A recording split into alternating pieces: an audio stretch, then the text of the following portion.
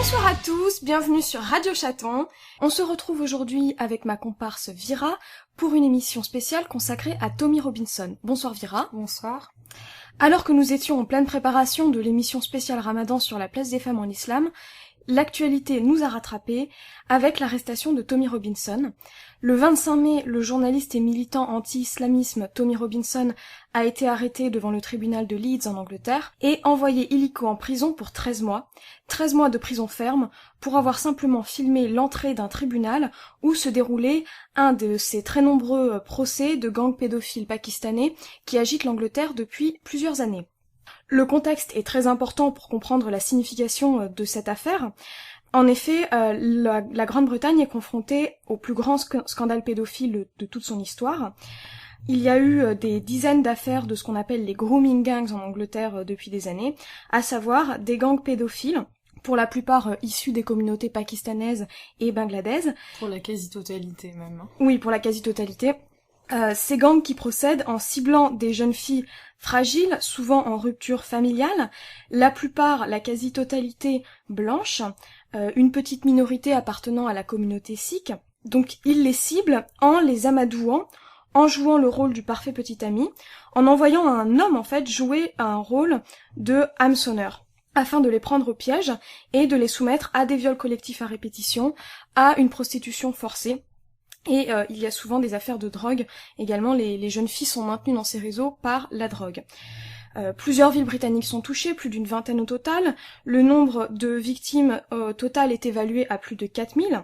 Et ce qu'il faut savoir dans ces affaires, c'est que la dimension raciale et religieuse est extrêmement forte. Les jeunes filles ont été ciblées depuis 40 ans, principalement pour des raisons raciales et religieuses. Et ce qui a rendu possible la continuation de ces affaires pendant des années et des années, c'est le silence des autorités locales, c'est le silence des travailleurs sociaux et la mauvaise volonté de la police, de peur d'être accusé de racisme. C'est la peur d'être accusé de racisme qui a été un des plus grands moteurs de cette omerta. Dans ce contexte-là, on peut comprendre que la prise de parole de personnalités comme Tommy Robinson, son souhait d'attirer l'attention des Britanniques sur ces affaires-là soit particulièrement important, et on note une volonté des autorités britanniques de museler cette parole-là. On va donc, dans un premier temps, vous retracer le parcours de Tommy Robinson et son combat contre le silence médiatique qui entoure les affaires de Telford, Rotherham, Oxford, Bristol et bien d'autres. Toutes ces affaires de gangs pédocriminels pakistanais en Grande-Bretagne. Puis nous reviendrons en détail sur le fiasco médiatique, à la fois britannique et français, qui entoure ces affaires-là. Nous parlerons également du rôle des féministes dans ce silence, le silence féministe autour de toutes ces affaires, alors même que le mouvement MeToo battait son plein. Et dans une seconde partie de l'émission, nous vous relaterons plus en détail des grandes affaires de pédophilie impliquant ces fameux grooming gangs pakistanais. Cette partie sera longue, elle nous a demandé beaucoup de travail, parce que nous sommes contraintes de pallier au rôle des médias, de pallier au manque d'informations dans la presse française à ce sujet-là, bien qu'il s'agisse d'affaires qui ont eu un retentissement énorme en Grande-Bretagne. Nous reviendrons en détail sur la dimension raciale de ces affaires et sur le rôle de l'antiracisme dans ces scandales pédophiles. Et enfin, nous nous intéresserons aux leçons à tirer de ces affaires. Je vais commencer par vous parler de Tommy Robinson. Qui est Tommy Robinson? Que s'est-il passé? Pourquoi son arrestation est particulièrement scandaleuse? Tommy Robinson est un Britannique âgé de 35 ans. C'est un militant anti-islamisme.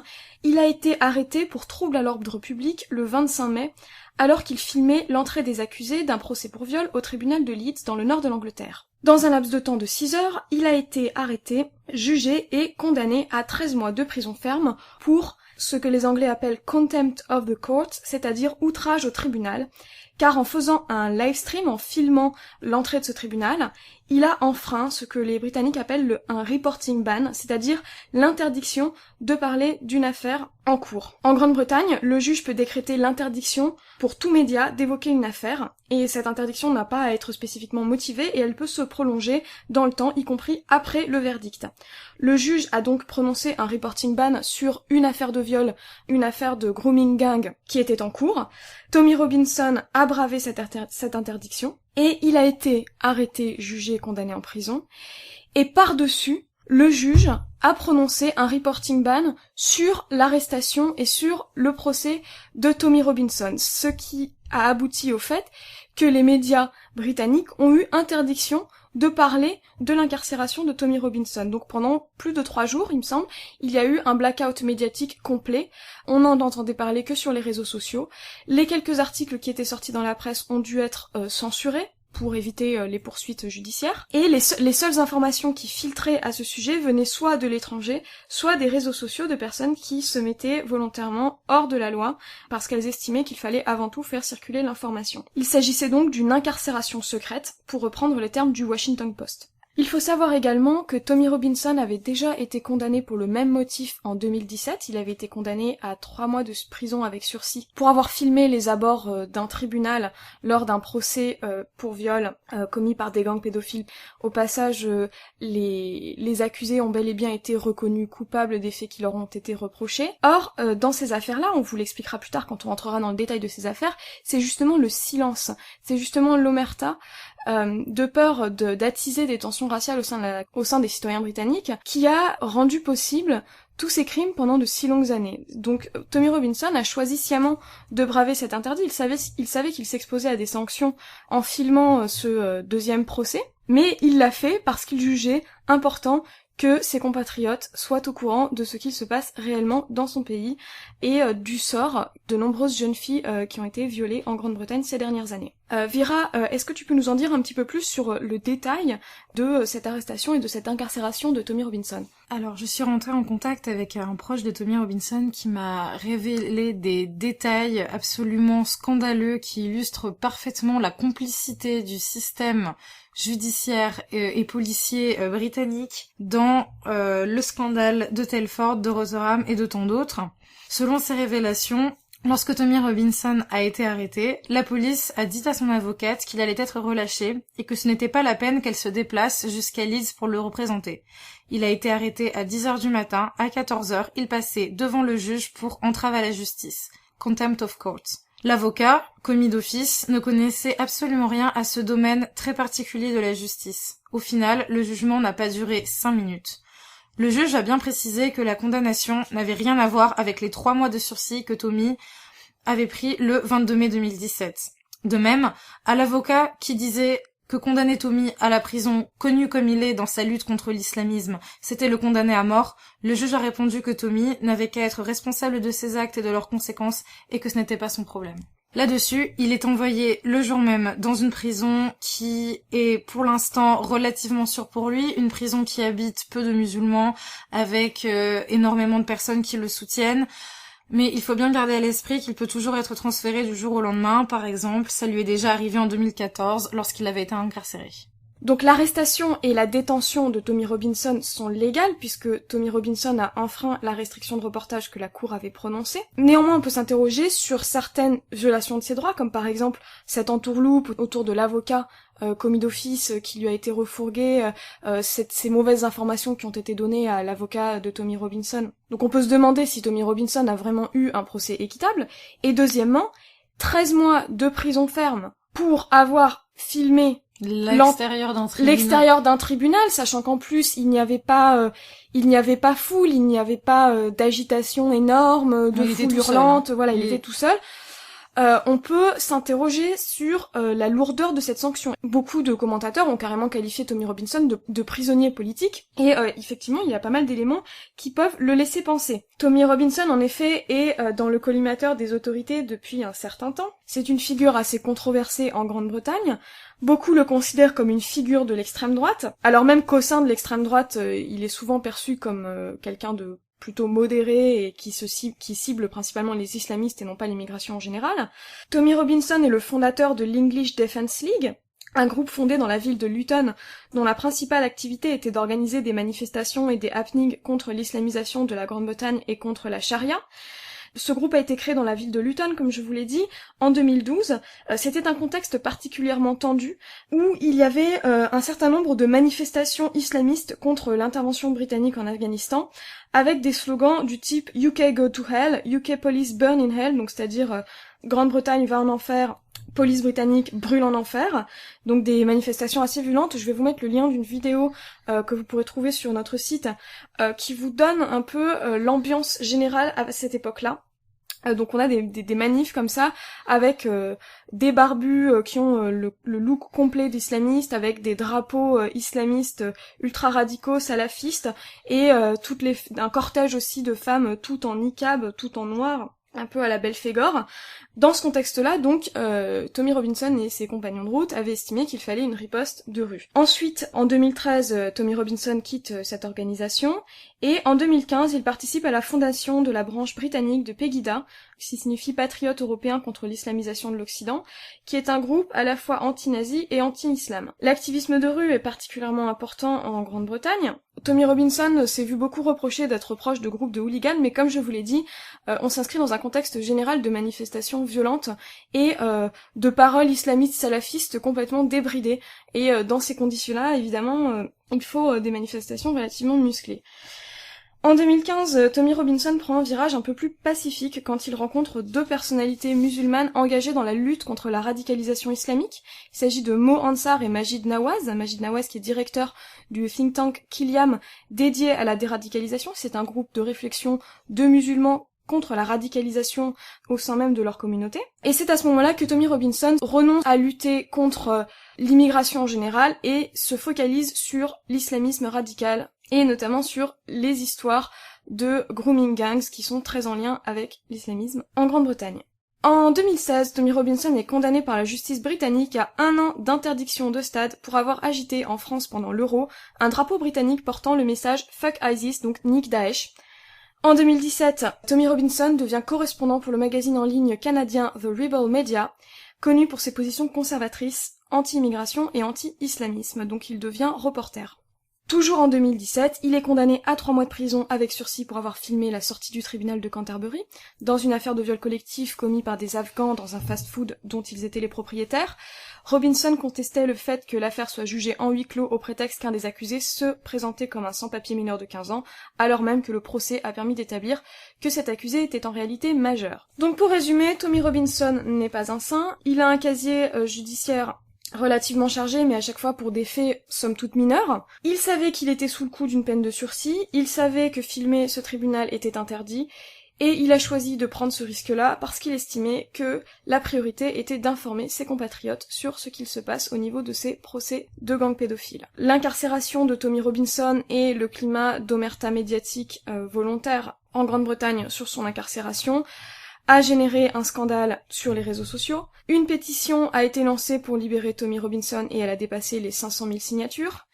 Plusieurs manifestations se sont déroulées en Grande-Bretagne, aux États-Unis et même en France pour demander sa libération. La manifestation française s'est tenue hier, mardi 4 juin, au pied de la statue de Winston Churchill à Paris et a été organisée par le Conseil national de la résistance européenne, à l'initiative de Renaud Camus et de Karim Ouchik. Au passage, nous y étions présents et nous avons souligné la nécessité d'informer sur cette affaire-là. C'est le besoin de briser l'omerta autour de ces affaires-là et notre principale motivation pour faire cette émission. Oui, parce qu'il est vrai que nous en sommes arrivés à une situation incroyable où les citoyens français sont contraints de faire le travail des médias subventionnés qui ont fait preuve d'une grande mauvaise foi lorsqu'il a fallu évoquer les scandales de Telford, de Rotherham, ainsi que l'arrestation de Tommy Robinson. J'en ai recensé quelques exemples,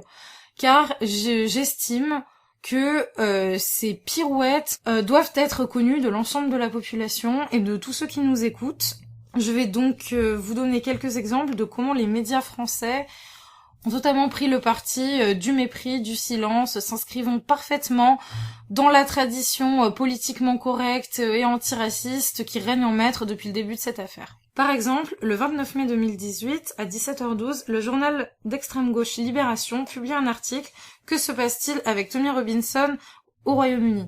En fait, ce n'est même pas un article à proprement parler, parce qu'ils ont simplement répondu à une question d'un de leurs lecteurs. Il me semble qu'ils ont une plateforme leur permettant Oui, c'est leur plateforme de fact-checking. Donc ce n'est pas un article qui a été publié dans le journal Libération même. En fait, il y a eu, depuis mars 2018, il y a eu d'énormes révélations sur l'affaire de Telford. Ça a fait, je vais revenir en détail plus tard, ça a eu l'effet d'un tremblement de terre en Grande-Bretagne. Theresa May est intervenue sur cette question-là en plein Parlement. Et en France, on a eu pendant des jours et des jours un silence incroyable. Pour vous dire, donc les révélations du Daily Mirror sur l'affaire de Telford qui a révélé que plus d'1 millier de jeunes filles avaient été victimes de viols commis par des gangs pakistanais. Ce dossier est paru le dimanche 11 mars. Une semaine plus tard, il n'y avait toujours pas une seule dépêche AFP sur cette affaire-là. Pas un article dans la presse française subventionnée, donc c'est-à-dire les 3/4 des titres courants. Il n'y avait que ce qu'on appelle, avec mépris, la fachosphère qui en parlait, le site F de Souche qui a traduit des extraits des dossiers des révélations du Daily Mirror. Le démarrage a été extrêmement lent, le traitement de l'information a été extrêmement dédaigneux, et donc c'est dans ce contexte-là que plusieurs journalistes, et notamment de Libération, au lieu d'informer réellement sur ce qui se passait, ont surtout pris le parti de prendre la parole pour justifier leur propre silence. Donc voilà. C'est de ça dont nous parle Vira.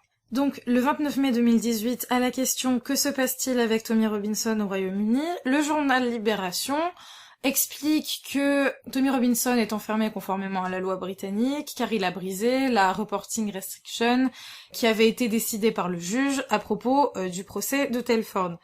Comme lui fait remarquer le compte Twitter des Bobards, ils parviennent à faire un article sans préciser que Tommy Robinson a été arrêté alors qu'il filmait l'extérieur du tribunal jugeant l'affaire des grooming gangs pakistanais de Telford. Leur seule réponse est de se justifier en prétendant que l'ordre du juge de Leeds, daté du 25 mai, le jour où Tommy Robinson a été arrêté, interdit tout média de parler de cette arrestation ou des procédures en cours. En fait, pour justifier son silence, Libération se place sous la coupe de la loi britannique qui ne la concerne absolument pas et sous les recommandations de l'avocat du journal qui lui aurait conseillé par mesure de précaution de ne pas en parler.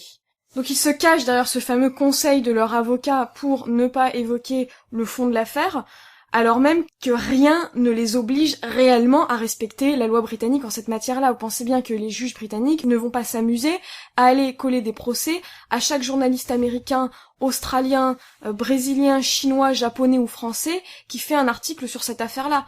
D'autant plus que la restriction de reportage a été levée quelques jours plus tard et qu'à présent tout le monde a le droit de poster des articles. Il s'agissait juste d'une manœuvre britannique pour retarder l'éclosion de la vérité. Voilà, l'éclosion de ce scandale, mais en aucun cas Libération n'avait le couteau sous la gorge à ce niveau-là, il n'avait rien à craindre en vérité. Et en matière de mauvaise foi, le journal Libération n'est pas en reste. On peut également citer un article de Slate intitulé « L'activiste d'extrême droite Tommy Robinson n'a pas été censuré, il a enfreint la loi britannique », qui a été écrit par l'un de leurs journalistes nommé Frédéric Scarbouchy. Voici donc la façon dont ce monsieur Scarbouchy parle du plus grand scandale politico-médiatique du Royaume-Uni en matière de pédophilie et d'obstruction aux droits des enfants violés. Je cite. « L'homme a été arrêté vendredi 25 mai alors qu'il filmait des gens entrant dans le tribunal de Leeds au Royaume-Uni où étaient jugés, selon lui, j'ouvre les guillemets, des prédateurs sexuels. » Je tiens à énoncer, même si nous le rappellerons plus tard dans la suite de l'émission, qu'il y a déjà eu, à plusieurs reprises, des condamnations actées de ces grooming gangs pakistanais. Des hommes ont bien été jugés, des hommes croupissent bien actuellement derrière les barreaux pour leurs méfaits, tandis que d'autres ont déjà été libérés, mais ça nous y reviendrons plus tard. Les prédateurs sexuels n'existent pas uniquement dans l'esprit de Tommy Robinson, les prédateurs sexuels existent réellement, ils ont été jugés pour cela, et ce journaliste prend le parti, en employant un ton extrêmement méprisant, de faire passer Tommy Robinson pour un petit rigolo complètement paranoïaque, habité par des fantasmes d'extrême droite et que sais-je. De même, je cite, « Tommy Robinson affirme que le procès qui se déroulait à Leeds le jour de son interpellation était bel et bien celui de Telford, mais rien ne permet de le confirmer. » Alors là, on franchit encore une étape sur le chemin de la mauvaise foi extraordinaire des journalistes français. Sachant que même le journal Paris Match, dont nous allons reparler juste après, qui n'est pourtant pas en reste en termes de mauvaise foi, a lui-même reconnu que le procès était bel et bien celui des grooming gangs anglo-pakistanais de Telford. Donc évidemment que l'information était vérifiable, mais voilà, qu'encore une fois, il est toujours plus facile de faire passer toute cette affaire dans le champ du fantasme d'extrême droite, dans le champ de la paranoïa, et j'en passe. Oui, et d'ailleurs, on peut aussi, au passage, commenter le titre qui a été choisi. Il n'a pas été censuré. Il a enfreint la loi britannique. Mais ce n'est pas parce que c'est légal que ça n'est pas de la censure. Il y a tout un tas de pays dans le monde où la loi encadre de manière exagérée la liberté d'expression. Et par exemple, en Russie, il me semble que la propagande homosexuelle est interdite, pour reprendre les termes qu'utilisent les Russes. Et beaucoup de commentateurs en France, beaucoup de journalistes en France, y voient une forme de censure. Donc une chose peut très bien être légale et pour autant constituer une forme de censure, une restriction abusive de la liberté d'expression. Oui, et puis pour autant, qu'est-ce que c'est que cet argument complètement fallacieux? C'est comme dire les homosexuels en Tchétchénie ne sont pas persécutés, ils ont enfreint la loi tchétchène. Voilà. Ou encore, il est toujours amusant de constater à quel point les journalistes gauchistes font preuve d'un légalisme exacerbé lorsqu'il s'agit de causes qui ne rentrent pas dans leurs petits papiers, alors que, par exemple, ils ont dénoncé à de maintes reprises l'opération menée par Génération Identitaire dans les Alpes, qui venait à apporter leur soutien aux autorités en stoppant l'immigration clandestine dans les Alpes, donc l'immigration illégale. Là, nous n'avons entendu aucun journaliste de gauche dire ces migrants ont enfreint la loi française. Non, en fait, le légalisme, c'est uniquement quand ça les arrange, comme d'habitude. Ou quand un Cédric Herrou brave la loi et se fait complice. Passeur de migrants. Voilà, se fait complice, ça reste des formes de traite humaine quand même. Il est considéré comme un héros, comme un lanceur d'alerte. Il va parader à Cannes, voilà. Et pour revenir donc sur Paris Match, un article est paru sous la plume de Victor à la mercerie, me semble-t-il. L'arrestation d'un militant anglais soulève la fachosphère. Je cite, « Vendredi dernier, alors qu'il couvre l'ouverture d'un procès d'un supposé gang de proxénètes d'origine anglo-indienne et anglo-pakistanaise dans la ville de Telford, Tommy Robinson est interpellé alors qu'il fait un live sur les marches du tribunal. » Alors, on peut prendre 2 minutes pour s'attarder sur la formule « un supposé gang de proxénètes ». Qu'est-ce que t'en penses ? Mais là, encore une fois, on retrouve ce mépris des journalistes français pour des informations qu'ils jugent juste dignes de pages de faits divers, des tabloïds sensationnalistes, alors même qu'il s'agit d'un procès dans le cadre de dizaines de procès qui ont eu lieu en Angleterre depuis la fin des années 2000 et qui ont débouché à des condamnations pour proxénétisme, pour traite d'êtres humains, pour viol en réunion, pour pédophilie. Ces procès-là, ils sont connus. Au moment même où les autorités britanniques, et notamment le Premier ministre Theresa May, annoncent l'ouverture d'une enquête indépendante, où ces affaires sont prises au sérieux, où on se rend compte que l'affaire de Telford est sans doute aussi grave que celle de Rotherham, où il y a déjà eu des condamnations, et que celle de Rochdale, voire plus grave, ce journaliste français emploie des pincettes énormissimes. Sous couvert de prudence journalistique, ce journaliste, en fait, emploie un ton extrêmement dédaigneux, extrêmement dubitatif, alors qu'il s'agit d'affaires on ne peut plus sérieuses. Et attention, la cerise sur le gâteau, je cite toujours l'article de ce Victor à la mercerie, la décision du juge, donc le reporting restriction, pourrait même avoir été contre-productive, laissant le quasi-monopole de l'information aux militants d'extrême droite. Alors maintenant, ce sont ces journalistes qui accusent l'extrême droite de faire leur boulot, le boulot qu'ils refusent de faire. Ils accusent l'extrême droite de briser l'omerta sur des centaines de viols de fillettes blanches par des gangs anglo-pakistanais qui ont été tues jusqu'à présent pour des raisons idéologiques d'antiracisme crasse. Et ces journalistes qui sont incapables de faire leur boulot correctement accusent l'extrême droite de le faire, dont certains totalement bénévolement, à leur place. On marche réellement sur la tête. Et c'est l'occasion de voir quel est l'ordre de priorité dans le cerveau de ces journalistes de gauche. La priorité, ce n'est pas informer sur des affaires gravissimes de viol, sur les plus grosses affaires de pédophilie britannique de ces dernières années. Non, la priorité, c'est s'inquiéter de qu'est-ce qui fera le jeu de la fachosphère, qu'est-ce qui fera le jeu du FN, qu'est-ce qui fera le jeu de l'extrême droite.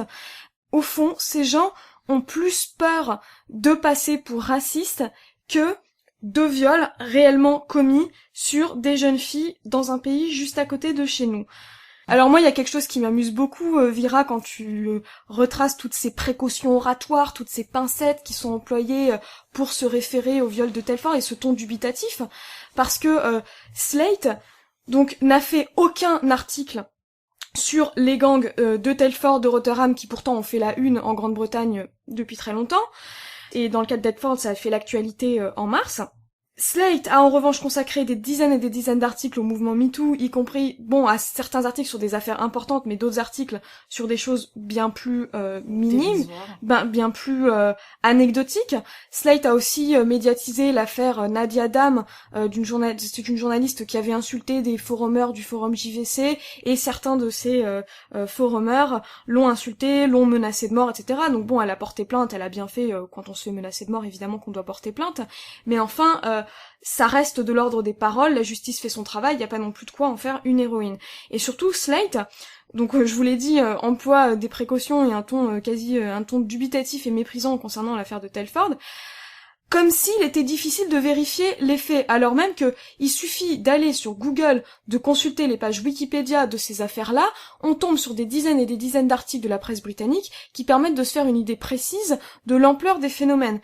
À l'inverse, Slate, il y a quelques semaines, a consacré une enquête fouillée, tenez-vous bien, sur les raisons pour lesquelles beaucoup de rappeurs mentionnent la boisson Capri Sun, donc c'est un jus d'orange industriel plein de sucre, mentionnent la boisson Capri Sun dans leurs chansons, et ils ont même été jusqu'à faire interviewer des nutritionnistes, interviewer un responsable de Capri Sun pour déterminer la composition exacte de ce putain de jus de fruits. Donc le journalisme d'investigation à la sauce Slate s'est dépêché une cohorte d'expertes pour savoir ce qu'il y a dans le Capri Sun, parce que 2-3 rappeurs ont fait des chansons à la con sur cette boisson-là. Mais en revanche, quand on a le plus grand scandale pédophile de l'histoire britannique, on sait pas, on a piscine, non, il y a pas internet, on peut pas vérifier, peut-être, oui, on sait pas, mais attention, il y a la fachosphère. Et l'actualité est trop chargée. Et justement, pour rebondir là-dessus, on peut également citer le journal BuzzFeed qui avait publié sur Twitter le 18 octobre 2017 un appel à témoins suite à l'affaire Weinstein intitulé « Parlez-nous des Harvey Weinstein de votre secteur, nous enquêterons ». Ils ont été interpellés par un grand nombre de personnes sur les réseaux sociaux à propos du silence des médias quant à la traite des blanches pauvres en Angleterre par des gangs pédomanes de Pakistanais racistes, et ils ont dû faire les frais d'une réponse méprisante sur Twitter de la part de Paul Avelin, un journaliste de BuzzFeed, qui leur a déterré un vieil article de Libération de 2013 intitulé « Qu'est-ce que le scandale de Telford ?» Donc Paul Avelin a tweeté « Sur le scandale de Telford, tellement passé sous silence par les médias qu'on en parlait déjà en 2013. » Il leur a posté cet article. Suite à cela, l'écrivain Clément Bennec a rectifié « Ce sont les nouvelles informations de 2018 qui sont passées sous silence et dont nous avons envie d'entendre parler. » Là-dessus, Paul Avelin lui répond, je cite, « Oui, mais c'est étrange. L'histoire n'est pas nouvelle. Ce n'est pas tellement étonnant que les médias français ne se jettent pas dessus immédiatement, d'autant que l'actu est chargée. » Et pendant ce temps-là, les journalistes féministes de BuzzFeed publient 2 articles intitulés « Dans les coulisses de l'émission sur l'obésité de Karine Le Marchand » ainsi que « 8 plantes à privilégier si vous n'avez pas la main verte ». Et ce 2 poids 2 mesures n'est pas l'apanage des journalistes. On a aussi nos personnalités politiques en France qui sont données à cœur joie.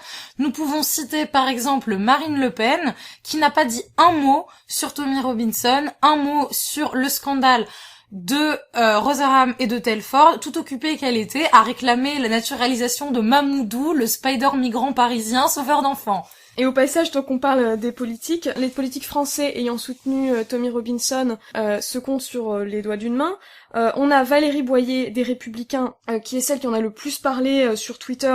Elle a consacré plusieurs tweets à s'inquiéter de ce qui était en train de se passer pour Tommy Robinson et à s'inquiéter de l'état de la liberté d'expression en Grande-Bretagne. Et également au Front National, Stéphane Ravier et Nicolas Bay, qui ont publiquement pris la parole sur ce scandale. Mais à part ça, silence, y compris chez Marine Le Pen. Surtout chez Marine Le Pen, dont on pouvait s'attendre qu'elle se ferait le porte-parole de la défense de la liberté d'expression d'un militant patriote, dissident, qui a simplement voulu alerter son peuple sur les dangers de l'islamisation de son pays. Mais non, il faut croire que Mamoudou était plus important. Et juste avant qu'on passe à la suite, je reviens très rapidement sur ce que Vira vous a expliqué au sujet du journal BuzzFeed. Cette justification du journaliste Paul Aveline qui disait « Ah non, l'actu est trop chargée, on peut pas en parler », ça intervenait 8 jours après les révélations du Mirror, et 6 jours après que le Premier ministre britannique Theresa May a publiquement remercié les journalistes du Mirror en plein Parlement pour leur travail et a annoncé la création d'une commission indépendante chargée d'enquêter sur Telford. Donc, si vous voulez, c'était un tremblement de terre en Grande-Bretagne, et l'autre nous explique qu'on ne peut pas en parler, qu'il faut parler des Harvey Weinstein de nos secteurs, mais surtout pas de ce scandale énorme en Grande-Bretagne qui a agité toute la presse. Et des 8 plantes à privilégier si nous n'avons pas la main verte. Voilà. Pour faire le point sur la question de la médiatisation, ou plutôt de la sous-médiatisation de ces affaires en Grande-Bretagne et en France, il faut noter qu'en Grande-Bretagne et en France, il y a eu des réticences, principalement par peur d'être taxé de raciste ou d'islamophobe, mais que, en la matière, la presse française est beaucoup plus uniformément mauvaise que la presse britannique. En effet, en Grande-Bretagne, même s'il y a un climat de politiquement correct assez prononcé, il existe une plus grande diversité d'opinions au sein de la presse. La plupart des titres de presse sont privés et donc cherchent à vendre et cherchent à publier des choses qui vont intéresser leurs lecteurs, alors qu'en France, le poids de l'argent public, des subventions, est beaucoup plus lourd. Et par ailleurs, en France, dans les écoles de journalisme, règne une énorme uniformité de pensée. En Grande-Bretagne, il existe par exemple une chose qui est très importante, ce sont les tabloïds, comme par exemple The Sun ou le Mirror. Le Mirror, donc, qui a révélé le scandale de Telford. Ces titres de presse sont extrêmement lus, et même s'il s'agit d'un type de journaliste à sensation qui s'intéresse beaucoup aux histoires people, il y a des journalistes très sérieux qui travaillent dans ces journaux-là, et par exemple, je vous ai raconté tout à l'heure, Theresa May n'a pas hésité à féliciter publiquement des journalistes du Mirror, des journalistes d'un tabloïd pour leur travail d'enquête. Dans l'affaire de Telford en Grande-Bretagne, c'est surtout la BBC qui a été pointée du doigt, et notamment par la députée Lucy Allan, je vous en reparlerai tout à l'heure, qui s'est indignée que la chaîne publique britannique n'ait pas parlé tout de suite de l'affaire à la télévision. Alors même que énormément de titres britanniques reprenaient ces affaires et que la plupart des citoyens étaient en haleine devant cette histoire-là. Le Times et le Guardian se sont également vus reprocher de ne pas avoir consacré de une à cette affaire-là, alors même qu'ils avaient consacré des unes au mouvement MeToo. Mais si on lit la presse britannique, si on regarde la télévision, si on s'intéresse aussi à la radio britannique, on voit quand même qu'il y a eu beaucoup de choses sur ce sujet-là. Pas forcément traité de manière parfaite, mais avec une plus grande diversité. En France, ça a carrément été, pour Telford, le silence total. La première semaine après les révélations du Mirror, il n'y avait que F de Souche, le magazine en ligne, la revue de presse de référence des électeurs FN en gros, et Valeurs Actuelles, qui en ont parlé. Pour le reste, pendant la première semaine, aucun des médias subventionnés n'en avait parlé, rien sur les chaînes de télévision publiques qui sont pourtant légion, rien non plus à la radio publique. Il s'agit, pour le cas de la France, d'un véritable fiasco médiatique, et ce n'est pas seulement nous qui le disons.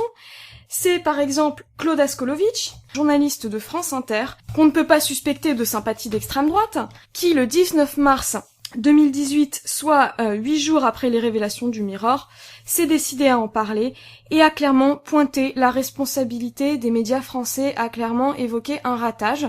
Je vous laisse écouter la séquence, elle est particulièrement évocatrice. Claude, ce matin, vous nous parlez de viols de centaines de jeunes filles au Royaume-Uni. Et je vous parle en même temps d'une absence dans nos journaux, puisqu'en dehors de Valeurs Actuelles du Progrès, de l'Alsace et du Dauphiné, Personne depuis une semaine n'a parlé de Telford.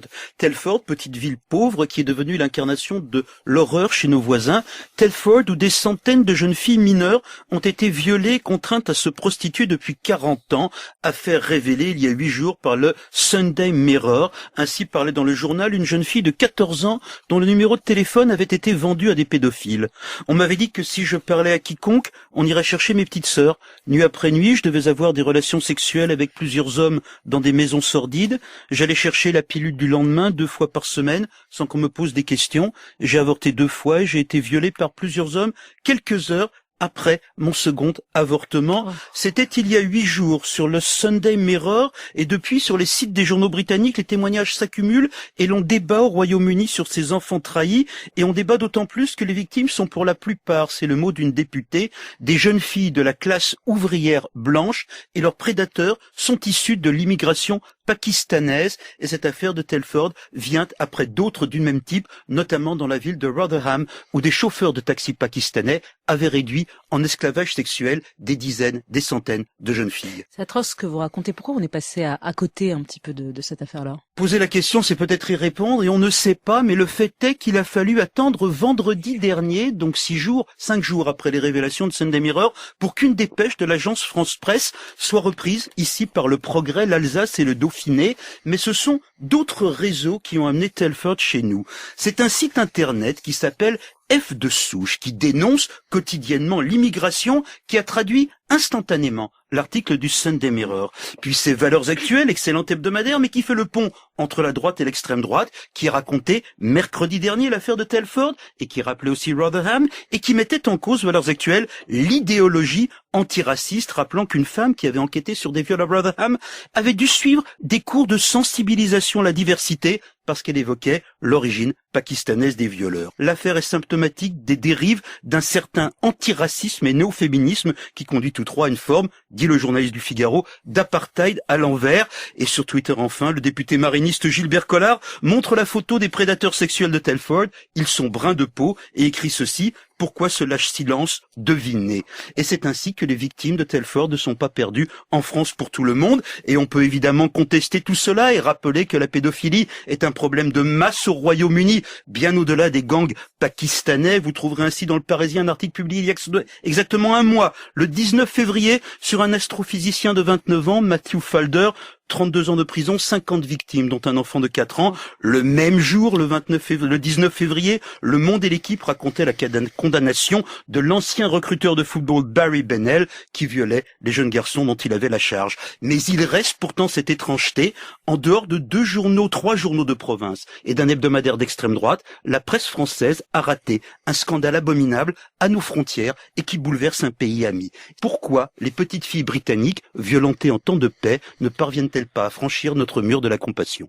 En France, je vous l'ai dit, il y a une réticence énorme à parler de ce genre d'affaires. Et là, j'aimerais faire un petit rappel historique pour expliquer pourquoi en France, on a si peu parlé de Rotherham et de Telford. Pour Rotherham, il n'y a eu pratiquement que l'article publié par Marie-Claire en 2015. En dehors de ça, le traitement médiatique a été plus que marginal. Et je pense que c'est lié au fait que la quasi-totalité des journalistes français ont été formés dans un nombre très restreint d'écoles de journalisme, et que dans ces écoles de journalisme, une des grandes références, un des points de culture qui est constamment enseigné, c'est la fameuse affaire de la rumeur d'Orléans. Qu'est-ce que c'est ? Vous allez voir que c'est un lien direct avec notre sujet. La rumeur d'Orléans, c'est une rumeur qui s'est développée au printemps 1969 et qui est devenue une sorte de cas d'école du journalisme français. Au printemps 1969, dans la ville d'Orléans, des gens se sont mis à raconter que dans des magasins de vêtements et notamment de lingerie tenus par des juifs, des blanches étaient capturées dans les cabines d'essayage et qu'elles étaient vendues à des réseaux de traite des blanches, des réseaux de prostitution. La rumeur, à l'époque, a pris une ampleur considérable. Elle a même essaimé de ville en ville, à tel point que l'AFP, l'agence de presse officielle française, a fait une dépêche à ce sujet, que la police a commencé à ouvrir des investigations pour finalement trouver qu'il n'y avait rien. Le célèbre philosophe Edgar Morin a consacré un livre à cette affaire-là qui s'appelle La rumeur d'Orléans, et il en a fait un cas d'école de la manière dont les Français racistes, xénophobes, antisémites, cherchent des boucs émissaires et comment la machine à fantasmes racistes s'emballe dans un pays comme la France. Du coup, une affaire comme celle de Telford, où on a clairement affaire à de la traite des Blanches, y compris et aussi celle de Rotherham, est forcément accueillie avec beaucoup de réticence. Et quand bien même les journalistes sont confrontés aux preuves, sont confrontés aux rapports de police, aux comptes rendus de procès, ils restent avec ce réflexe de « Ah mais si c'est une affaire de traite des Blanches, ça va forcément être des fantasmes d'extrême droite, des fantasmes racistes, la recherche d'un bouc émissaire, et ce n'est pas pris au sérieux. » Je pense que cet aspect-là de la culture journalistique a énormément pesé. Avant de clore cette partie dédiée à la sous-médiatisation de Telford, j'aimerais insister sur le rôle du féminisme nouvelle génération dans ce silence. Pourquoi n'y a-t-il pas eu de MeToo pour les jeunes filles blanches du prolétariat anglais ? Le féminisme a été totalement annexé par la gauche, et la totalité des organisations féministes reconnues, reçues dans les ministères, touchant des subventions, ressemblent de plus en plus à des succursales du combat pro-migrant. Aujourd'hui, si vous militez dans une association féministe et que vous vous déclarez contre l'immigration de masse, contre l'islam et contre la substitution ethnique en Europe, vous êtes illico expulsé, vous êtes pestiféré, pointé du doigt. Il est obligatoire au sein des organisations féministes actuelles de prêter allégeance à leur credo xénophile et pro-islam. On vous a parlé tout à l'heure du dossier de Marie-Claire de 2015 consacré à l'affaire de Rotherham, qui est à ce jour le plus complet paru dans la presse française. J'aimerais à ce sujet vous raconter une anecdote personnelle.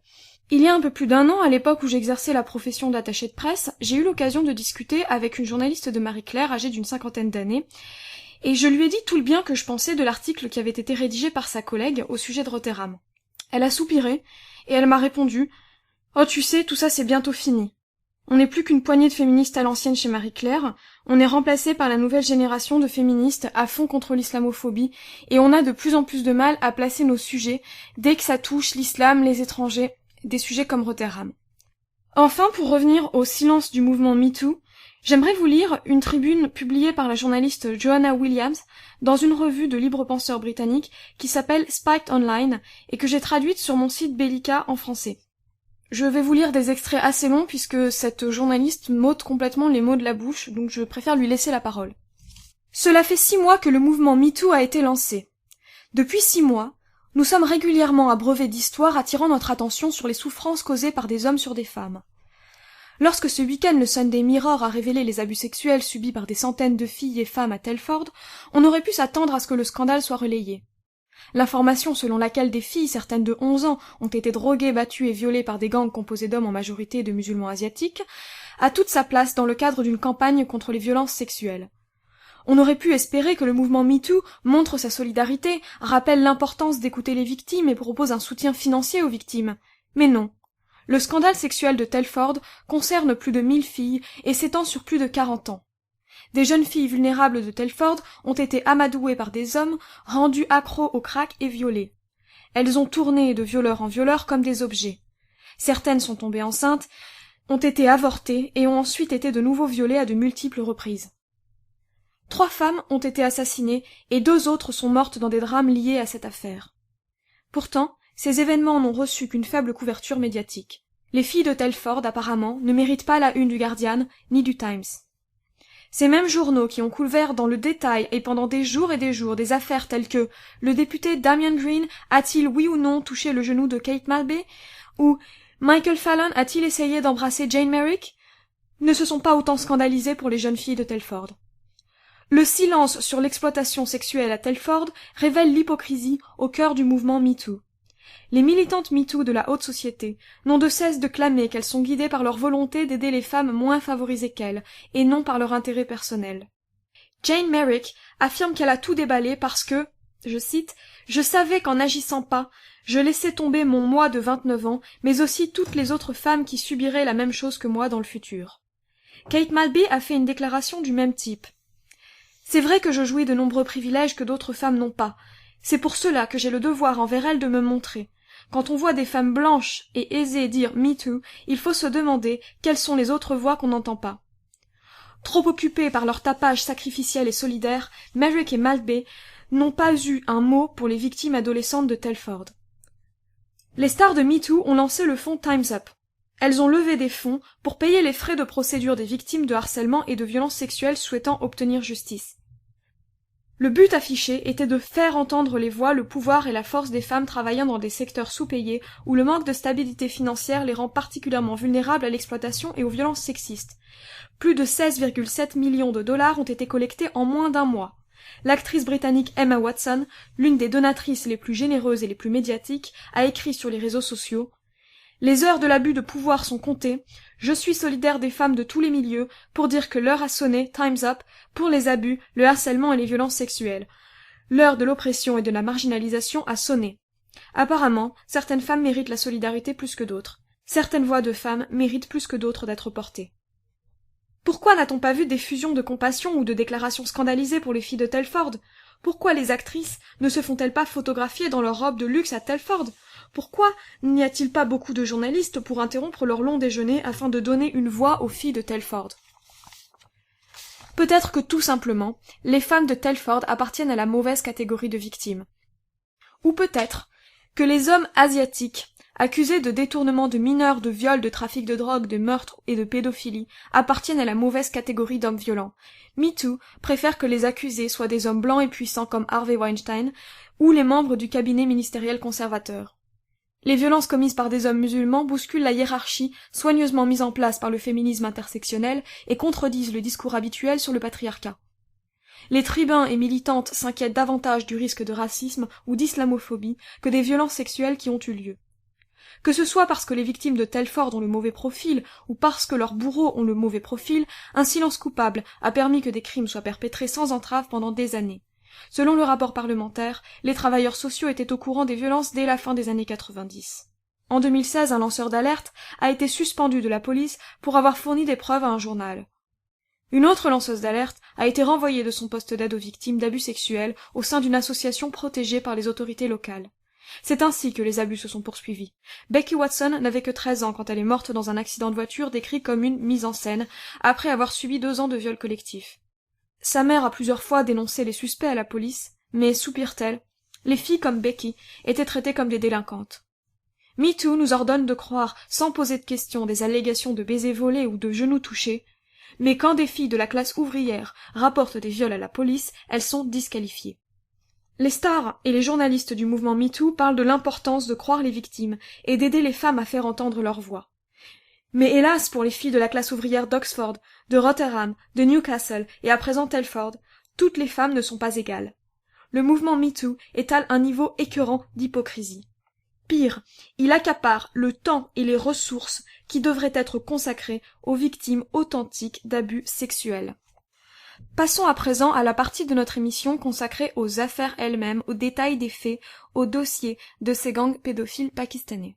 Nous allons analyser les 2 plus grosses affaires de grooming gang, celle de Rotherham et celle de Telford, et nous rentrerons dans les détails d'un procès qui a impliqué certains agresseurs de Rotherham et qui a mis en lumière l'impuissance des institutions pendant de nombreuses années. En tout, plus d'une vingtaine de villes britanniques sont concernées. À ce jour, le nombre total de victimes est estimé à plus de 4000 jeunes filles. 24 heures ne suffiraient pas à relater chaque dossier, donc nous allons nous concentrer sur 2 grosses affaires et sur un procès particulièrement révélateur. Nous allons analyser en détail comment les institutions compétentes ont, sur fond d'idéologie antiraciste, volontairement obstrué le déroulement de l'enquête, parfois en se taisant, parfois en camouflant les preuves, parfois en entravant sciemment la volonté d'agir d'une poignée d'acteurs prenant cette affaire au sérieux. Tous les faits que nous allons évoquer sont vérifiables, sont sourcés, et toutes nos références apparaissent sur le site de Radio Chaton. Donc Vira commence par nous parler de l'affaire de Rotherham. Alors concernant le scandale de Rotherham, l'omerta est brisée en 2015 en France par un article de Marie-Claire intitulé « Les viols étouffés des petites filles de Rotherham ». On y apprend que le scandale débuterait au début des années 80 et se poursuivrait toujours de nos jours dans des villes pauvres du nord-est de l'Angleterre. Il s'agit en effet d'agglomérations d'anciens villages miniers en pleine campagne dont le taux de chômage est largement supérieur à la moyenne nationale, 11% contre 7,31% dans le reste du Royaume-Uni. Cette affaire, de même que l'affaire de Telford, de celle de Rochdale et de tant d'autres, regroupe un ensemble de crimes sexuels tels que des agressions, des viols, de la maltraitance, du proxénétisme, des affaires liées à la drogue, tous commis par des gangs de pédomanes originaire du sous-continent indien et âgée de 15 à 25 ans. À Rosoram uniquement, au moins 1500 enfants, majoritairement des fillettes blanches, sont touchés. Elles sont âgées de 11 à 16 ans et plus d'un tiers étaient connues des services sociaux. En Grande-Bretagne, les affaires du type de Rosoram sont qualifiées d'affaires de grooming gangs. Est-ce que tu peux expliquer à nos auditeurs ce que sont ces grooming gangs? En français, la technique du grooming en plusieurs étapes pourrait être traduite par conditionnement. Tout d'abord, le ciblage d'une enfant, l'isolement de ses pairs, tout mettre en œuvre pour gagner sa confiance en lui offrant des cadeaux tentants pour une adolescente, comme de l'alcool, des cigarettes ou de la drogue, se faire passer pour son petit ami, puis sexualiser la relation, prostituer la victime, la droguer de force, la trafiquer d'une ville à l'autre, d'un gang à l'autre, garder le contrôle sur elle par des menaces. Est-ce que tu peux donner des exemples de ces menaces? Par exemple, nous avons recueilli des témoignages d'une jeune fille qui s'était rendue avec une travailleuse sociale à la police dans le but de porter plainte contre ses violeurs et qui avait reçu à l'instant où elle s'y trouvait un message des 10 violeurs lui disant qu'ils détenaient sa petite sœur et qu'ils allaient lui faire subir le même sort si elle parlait. Du coup, elle a dû renoncer à sa plainte. Et ce qui est encore plus horrible dans cette histoire, c'est que cela suppose que quelqu'un qui était présent dans les locaux de la police à ce moment-là ait prévenu les violeurs qu'elle s'apprêtait à porter plainte. Il y a eu une autre affaire, dont on a beaucoup entendu parler, durant lesquelles le frère d'une des victimes s'est fait littéralement briser les genoux par ces gangs de violeurs pour dissuader celle-ci de faire éclater la vérité. Ça pourrait ressembler à des pages d'un mauvais roman de gare, et pourtant c'est attesté par la presse, par les comptes rendus d'enquête, de procès. On va rentrer plus précisément dans le déroulé plus global de l'affaire. Vira, est-ce que tu peux nous retracer à grands traits cette affaire-là de Rotterdam? Alors, je vais maintenant exposer de façon chronologique comment l'antiracisme criminel a obstrué le scandale des fillettes violées de Rosoram. Tout d'abord, il faut savoir qu'en 1997 est créé par le conseil municipal de Rosoram le projet Risky Business. Son but est de travailler avec des filles de 11 à 25 ans, donc la population la plus exposée aux abus sexuels de rue. 244 jeunes filles blanches sont suivies sur 286. La coordinatrice du projet s'appelle Jane Senior. Elle a d'ailleurs été décorée en 2016 de l'Ordre de l'Empire britannique pour son rôle de lanceuse d'alerte dans cette affaire. Tout au long de sa carrière, elle accumule des informations au contact des jeunes filles sur les crimes et les criminels que la police elle-même lui suggère de transférer sur un dossier Dropbox nommé Box 5, stocké sur le réseau informatique de la police du Yorkshire du Sud. On apprendra plus tard que la police ne les lira pas et que les autres forces de police n'y auront pas accès. À chaque fois qu'une information sera divulguée, ce sera par erreur ou négligence. Jane Senior recevait des avertissements à répétition de la police et les services sociaux de Rosoram camouflaient ensuite les preuves. En 2000, c'est Adele Weir qui est embauchée par le conseil municipal en tant qu'agent de recherche et de développement, dans le cadre d'une étude pilote visant plusieurs villes. Cette étude est nommée « Lutte contre la prostitution, ce qui fonctionne ». Adele Weir est ainsi employée pour écrire le rapport sur la ville de Rosoram et était installée dans les locaux de Risky Business aux côtés de Jane Senior. En 2001, elle compile dans un rapport les noms des suspects, les numéros d'immatriculation des voitures utilisées pour transporter les victimes, les liens des suspects avec les entreprises locales et les personnes extérieures, ainsi que les relations existantes entre les suspects et les filles. On apprendra par exemple qu'y figuraient les noms des membres de la famille Hussein, dont Arshid Hussein, considéré comme le chef de file. Reconnu coupable en 2016 d'une série de viols et condamné à 35 ans de prison, et dont le frère, qui donnera en 2014 une interview à Channel 4 News, déclara « La plus grande partie du problème que vous avez de nos jours vient de ces jeunes filles, habillées avec des mini-jupes, des choses comme ça, elles vont dans les clubs et voient des hommes, et les gens se réveillent le lendemain matin, ils crient au viol ou à l'abus. » Le rapport est ensuite remis à un inspecteur de police du South Yorkshire, il le balance du revers de la main et le juge inutile. C'est ce que racontera Jane Senior dans son ouvrage Broken and Betrayed, qui sera consacré au scandale de Rosoram. Avec le consentement de son supérieur hiérarchique, Adele Weir écrit en octobre 2001 à Mike Edger, chef de la police du South Yorkshire, et à Christine Burberry, commandant de district. Elle se plaint que les associations locales cessent de transmettre des informations à la police par perte de temps, de même que les parents des victimes, qui cessent de faire des rapports sur les personnes disparues, ce qui est une étape pourtant nécessaire au lancement d'une enquête pour enlèvement. Elle n'obtiendra pas un accueil favorable, et lors d'une réunion au poste de police de Rotherham avec des officiers supérieurs de la police et le conseil municipal, l'un des officiers la met en garde sur le fait de ne jamais mentionner l'origine ethnique des agresseurs. Il lui dira mot pour mot, vous ne devez jamais faire référence aux Pakistanais. Encore mieux, on réserve à Adelware une place à une sorte de cours de sensibilisation sur 2 jours relatif à l'ethnicité et à la diversité ethnique. On apprendra plus tard que l'un des violeurs avait dit à ses victimes, renommée Isabelle pour des besoins d'anonymisation, qu'il jouerait la race card si celle-ci le dénonçait à la police. Quand tu dis race card, ça veut dire qu'en fait, il a prévenu une des victimes que si jamais il était jugé pour les viols qu'il avait commis, il se présenterait comme une victime du racisme. Tout à fait, oui. En avril 2002, Adelware envoie son rapport au bureau de l'intérieur de Bedfordshire sur la demande du bureau. Le 18 avril, lorsqu'elle arrive à son travail, elle découvre qu'au cours du week-end, les rapports originaux ont été retirés des classeurs du bureau.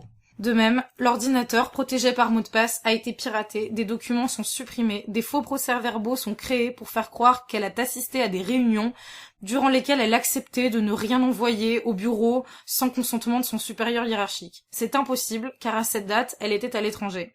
Elle est ensuite informée que les services sociaux, la police et le personnel de l'éducation se sont rencontrés pendant le week-end en son absence et, estimant que l'équipe de Risky Business outrepassait ses fonctions, l'ont suspendue pour avoir inclus dans son rapport des données provenant de procès-verbaux confidentiels. Elle réussit tout de même à être réintégrée dans l'équipe en démontrant que c'était son manager qui avait transmis les procès-verbaux au bureau de l'intérieur, mais elle n'a plus accès aux données de Risky Business, ni aux réunions, ni aux victimes. En juin 2002, on lui demande même de modifier son rapport afin d'anonymiser les personnes et les institutions et inclure uniquement les faits preuves qu'elle pourrait justifier. Ensuite, de 2002 à 2007, la police du South Yorkshire embauche le docteur Angie Hill, une analyste stratégique en médicaments, pour qu'elle mène des recherches sur l'utilisation et l'approvisionnement en drogue dans la région.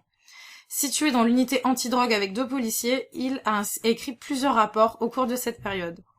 Son but est de s'attaquer au cercle pédophile via les infractions liées à la drogue. Si les agresseurs ne peuvent être poursuivis pour des crimes sexuels par manque de preuves, ils pourraient l'être pour donc les faits liés aux stupéfiants. En 2003, pour l'aider dans ses recherches, Jane Senior lui transmet ainsi le rapport d'Adelware de 2002. En 2005, c'est un nouveau département des services aux enfants et aux jeunes qui est créé, avec le conseiller Sean Wright, nommé membre du cabinet pour le département. Et en mars 2006, une conférence a lieu à Rotherham intitulée « Tout enfant a de l'importance, mais le savent-ils ?», dans le but de discuter de l'exploitation sexuelle des enfants. Y est présenté le 3e rapport d'Angie Hill, qui s'intitule « Violence et crimes par arme à feu, lien avec l'exploitation sexuelle, la prostitution et les marchés de drogue dans le South Yorkshire ». Dans ce rapport, Hill écrit que les filles blanches étaient les principales victimes ciblées à partir de l'âge de 11 ans, l'âge moyen étant de 12 à 13 ans. Quelques filles d'origine asiatique ont été agressées, mais leur abus a été caché. Les agresseurs, quant à eux, étaient majoritairement d'origine pakistanaise.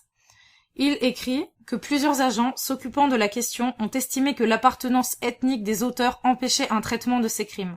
Un travailleur a même déclaré que les chauffeurs de taxi d'origine pakistanaise à Rotherham sont impliqués depuis 30 ans dans ce type de crime.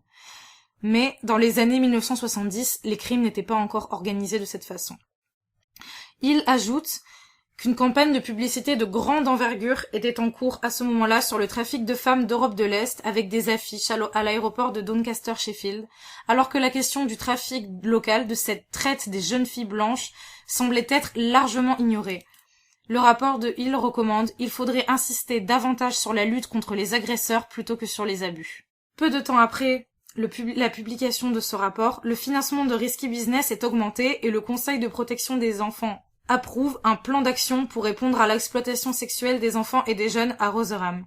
Mais Hill est, comme par hasard, écarté. L'unité antidrogue est dissoute et on lui dit que plusieurs agents de son département n'étaient pas favorables à son travail. Elle décide ensuite de quitter la police du South Yorkshire en mars 2007. Ces rapports de 2003 et 2006 ont été publiés par la police en mai 2015 à la suite d'une demande de la Freedom of Information Act. Donc pour résumer, il aura fallu 11 ans de bras de fer entre ces deux travailleurs sociaux, ce médecin déterminé à faire éclater l'affaire, avec les autorités locales qui, elles, freinaient des cas de fer, ont fait disparaître des preuves sur fond de peur de paraître pour raciste. Risky Business est créé en 1997 et l'enquête est finalement ouverte en 2008. Oui, en effet, l'enquête policière baptisée Opération Centrale, qui est la première de Rotherham à s'intéresser à cette affaire, est ouverte seulement en 2008. Elle donne lieu à un procès en octobre 2010 à Sheffield pour des infractions sexuelles contre des filles de 12 à 16 ans. 4 des victimes ont témoigné, 5 hommes ont été condamnés, dont 2 frères et un cousin. L'un des frères, Razwan Razak, avait déjà été condamné pour avoir agressé une jeune fille dans sa voiture et avait violé un précédent ordre de prévention des infractions sexuelles. Son frère Oumar a fait appel de sa peine et a été libéré après 9 mois. Ainsi ont été condamnés Razwan Razak, 30 ans, pour pédophilie. Il écope d'11 ans de prison. Oumar Razak, 24 ans, pédophilie, 4 ans et 6 mois de prison, peine réduite en appel. Zafran Ramzan, 21 ans, viol, pédophilie, 9 ans. Mohsin Khan, 21 ans, pédophilie, 4 ans. Adil Hussein, 20 ans, pédophilie, 4 ans. Donc jusqu'ici, en Grande-Bretagne, les histoires de viol de Rotherham sont connues au sein des habitants de Rotherham, mais ce n'est pas du tout un sujet national. C'est à partir de ce procès-là qu'un journaliste en particulier, à partir de ce verdict, qu'un journaliste en particulier, un journaliste britannique, va s'intéresser, va se pencher sur ce qui s'est passé à Rotherham et va se mettre à enquêter. Et c'est là que l'affaire de Rotherham, en fait, va vraiment prendre de l'ampleur, une ampleur nationale, en Grande-Bretagne. Alors en effet, Andrew Norfolk est journaliste au Times. Ce n'est pas nouveau pour lui de traiter ce genre d'affaires. Il a d'abord écrit sur des abus sexuels en 2003, après avoir déménagé de Londres à Leeds, et a écrit une brève histoire sur un réseau pédophile adepte du grooming à Kegley. Anne Cryer, qui était la députée du secteur, s'était plainte que des hommes d'origine pakistanaise s'en prenaient à des adolescentes en dehors des écoles, tandis que des parents ont allégué que la police et les services sociaux refusaient d'agir. Jusqu'en 2010, Norfolk entend parler de procès dans le nord de l'Angleterre et les Midlands signalant un modèle similaire. Il écrit à ce moment-là que la plupart des délinquants sexuels au Royaume-Uni sont des hommes blancs et des délinquants isolés. Ce qui diffère dans ce cas, ce qui les rend distinctifs, c'est que la plupart de ces hommes sont non seulement musulmans, mais qu'ils travaillent en plus en réseau. En effet, les dossiers de la Cour mettent en évidence 17 cas d'abus sexuels localisés dans 13 villes du nord de l'Angleterre, où 56 hommes ont été reconnus coupables d'abus sexuels sur des filles de 11 à 16 ans. Les cas impliquaient 2 ou plusieurs hommes qui avaient piégé des jeunes filles rencontrées dans la rue. Plusieurs cas ressemblaient à Rotherham. Sur les 56 agresseurs, 53 étaient issus du sous-continent indien, et 50 musulmans, majoritairement d'origine pakistanaise. Seulement 3 blancs. L'écrasantissime majorité des victimes, au contraire, elles, étaient blanches. Ainsi, ce qui attira l'attention d'Andrew Norfolk, c'est le cas particulier du meurtre de Laura Wilson. En 2012, le conseil municipal de Rotherham demande à la Haute Cour d'obtenir une injonction visant à l'empêcher de publier une version d'un examen de cas critique écrit après le meurtre de cette locale. Connue dans le rapport en tant que enfant S, Laura Wilson avait 17 ans en octobre 2010 quand elle a été poignardée 40 fois et jetée dans le canal par son ex-petite amie de 17 ans, Ashtiaq Ashgar. La police a qualifié cet acte de crime d'honneur. Elle avait eu un bébé 4 mois plus tôt d'un autre homme marié de 21 ans. Les familles des hommes d'origine pakistanaise n'avaient apparemment pas du tout connaissance des relations et de l'existence de l'enfant. Fatiguée de vivre dans ce secret, Wilson a décidé de tout leur dire, et quelques jours plus tard, l'ex-petite amie l'a assassinée. Les 2 hommes ont été jugés, l'homme le plus âgé a été acquitté, et Ashgar, lui, a été condamné à 17 ans et 6 mois de prison. La question qu'on se pose est évidemment celle-ci, s'agit-il réellement d'un crime d'honneur, ou Laura Wilson était-elle la victime du réseau de prostitution? Évaluée comme ayant un QI très faible de 56, on apprendra plus tard que Wilson avait été la cible privilégiée d'abus à partir de l'âge de 11 ans. Le conseil municipal l'avait même orientée vers Risky Business 3 mois après son 11e anniversaire. À l'âge de 13 ans, Wilson est apparue avec sa famille au Jeremy Kyle Show pour discuter des enfants hors de contrôle. Elle a également été mentionnée lors de l'enquête criminelle de 2008-2009, donc l'opération centrale, qui a mené aux 5 premières condamnations pour les faits de Rotherham. C'est le gouvernement qui donc a ordonné que le Conseil publie son cas critique. Il a été publié avec des passages noircis sur 61 des 144 pages du rapport. Norfolk, lui, a obtenu une version non censurée. Et il a constaté que le Conseil avait caché sciemment l'appartenance ethnique pakistanaise des hommes, ainsi que la mention de Wilson lors de l'enquête criminelle de 2008, et même l'étendue de l'implication du Conseil dans le suivi de Laura Wilson. Michael Gove, alors secrétaire à l'éducation, a accusé le Conseil en juin 2012 de retenir des éléments pertinents et importants. Après cette intervention, le Conseil a retiré ses actions en justice et Norfolk a publié l'histoire sous le titre « Les fonctionnaires ont caché des faits vitaux sur les hommes soupçonnés d'agression sexuelle ». Le 24 décembre 2012, il écrit ainsi dans le Times que les abus sexuels à Rotherham sont beaucoup plus répandus que ce qui a été reconnu, et que la police le savait depuis plus d'une décennie. Son histoire, les dossiers de la police révèlent un vaste scandale de protection de l'enfance, repose sur 200 documents divulgués, certains de Jane Senior, le rapport de 2001 d'Adelware pour le Bureau de l'Intérieur, qui reliait 54 enfants maltraités à la famille Hussein, dont 18 avaient appelé Archid Hussein leur petit ami. Lorsqu'il publie son article, il se voit reprocher de cibler la minorité anglo-pakistanaise. Il rétorque « Je n'y croyais pas moi-même, j'avais l'impression que c'était un canular monté par l'extrême droite. » Le journaliste du Times apprend alors à ses dépens que le réel est un hoax d'extrême droite. Les cas mis en évidence comprennent notamment celui d'une jeune fille de 15 ans, ayant une bouteille cassée insérée en elle, celui d'une fille de 14 ans, détenue dans un appartement et forcée d'avoir des relations sexuelles avec 5 hommes, ou encore celui d'une fille de 13 ans avec des vêtements déchirés, trouvés par la police dans une maison à 3 heures du matin avec un groupe d'hommes qui lui avaient donné de la vodka. Un voisin avait appelé la police, après avoir entendu des cris, et la jeune fille a été arrêtée pour ivresse et désordre, mais les hommes n'ont pas à un seul instant été interrogés. Le journal cite un rapport de 2010 du Bureau de renseignement de la police qui énonce qu'à l'échelle locale et nationale, et en particulier à Sheffield et à Rotherham, je cite, « Il semble y avoir un problème important avec les réseaux d'hommes pakistanais exploitant des jeunes femmes blanches. Les enfants du sud du Yorkshire étaient victimes de la traite des blanches à Birmingham, Bradford, Bristol, Dover, Manchester et ailleurs selon le rapport. » Un document du Rotherham's Safeguarding Children's Board déclare que les crimes avaient des caractéristiques culturelles, localement sensibles en termes de diversité. On peut également y lire qu'il existe des sensibilités dues à l'appartenance ethnique susceptibles de mettre en danger l'harmonie des relations communautaires. On invite à apporter un grand soin à la rédaction du rapport, afin de s'assurer que ces résultats tiennent compte des qualités du vivre ensemble à Rotherham. Il est impératif que l'évocation d'un phénomène culturel plus large soit évitée. On apprend que des élus locaux sont également impliqués. Par exemple, en août 2013, Norfolk publie l'histoire d'une fille de Rotherham de 15 ans, décrite dans le rapport d'Adelware en 2001, qui a été autorisée par les services sociaux à maintenir le contact avec son bourreau Archid Hussein, malgré la volonté de ses parents de la protéger de lui. Je le rappelle, Hussein a été condamné à 35 ans de prison en 2016. La jeune fille avait été enceinte 2 fois. L'une des personnes qui était au courant de cette relation, selon le Times, était Jahangir Akhtar, alors chef adjoint du conseil municipal de Rotherham, qui serait un proche de Hussein. Il démissionne mais nie les faits. Akhtar a été l'un des fonctionnaires décrits plus loin dans le rapport Kazé, dont nous allons reparler, comme exerçant une influence considérable sur le conseil municipal. Il aurait été connu pour avoir clos toute discussion sur les abus sexuels. Peu de temps après la publication de l'histoire du Times, le concert de Rotherham commande l'enquête J.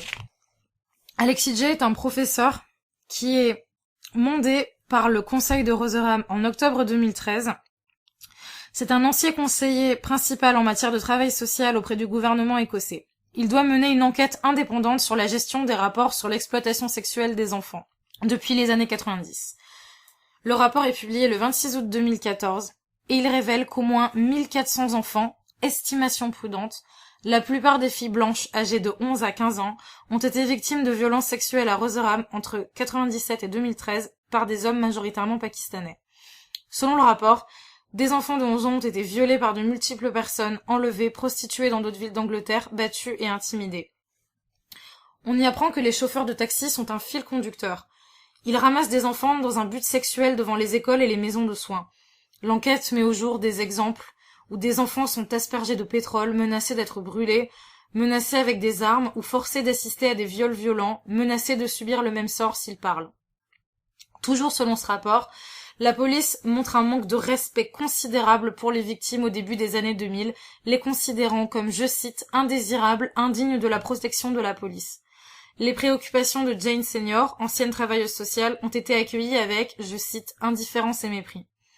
Étant donné que la plupart des violeurs sont d'origine pakistanaise, plusieurs membres du conseil ont avoué avoir eu peur d'identifier les origines ethniques des auteurs, de peur d'être considérés comme racistes. Les membres pakistanais du conseil sont aussi accusés d'avoir volontairement bloqué l'évocation du sujet. Enfin, d'autres se souviennent des consignes claires de leur direction de ne pas faire le lien entre les violences sexuelles subies dans la ville et la communauté anglo-pakistanaise. Le rapport note l'expérience d'Adèle Ware, chercheuse du bureau intérieur, qui a tenté de dénoncer les crimes sexuels dès 2002 auprès de la police. On lui a dit de ne plus le faire et on l'écarte de l'affaire. Vous devez sûrement vous demander quel genre d'individus peuvent peupler le conseil municipal de Rosoram. Eh bien, les voici. Le conseil de Rosoram est décrit comme étant machiste, sexiste et harcelant. Les femmes y travaillant ont ainsi dû subir des commentaires sexistes, en particulier pendant la période de 97 à 2009. Une femme a déclaré qu'on lui a conseillé de porter des jupes plus courtes pour aller mieux. On a demandé à une autre femme si elle portait un masque pendant les rapports sexuels. Le rapport J a noté que l'existence d'une telle culture, donc la culture pakistanaise, aurait probablement empêché le Conseil de fournir une réponse efficace et conjointe à un problème social aussi délicat que l'exploitation sexuelle d'enfants. Plusieurs personnes ayant témoigné pour cette enquête étaient préoccupées par le fait que les responsables du Conseil étaient connectés aux criminels par des intérêts commerciaux tels que l'entreprise de taxi. La police a assuré dans son enquête qu'il n'y avait aucune preuve de cette connexion. La publication de ce rapport provoque une série de démissions. Roger Stone, chef du conseil municipal, et Martin Kimber, son directeur général. Joyce Tucker, directeur des services à l'enfance du conseil. Sean Wright, commissaire à la police et au crime pour la police du Yorkshire du Sud à partir de 2012. Il démissionne également du Parti travailliste après des menaces de suspension. Les deux derniers démissionnent en septembre 2012 sous la pression de Theresa May, alors ministre de l'Intérieur, et de Sarah Champion, députée de Rosoram. Roger Stone a été également suspendu du Parti travailliste, de même que les conseillers Gwendoline Russell et Shaukat Ali, et l'ancien adjoint au chef du conseil, Jahangir Akhtar, qui avait perdu son siège en 2014.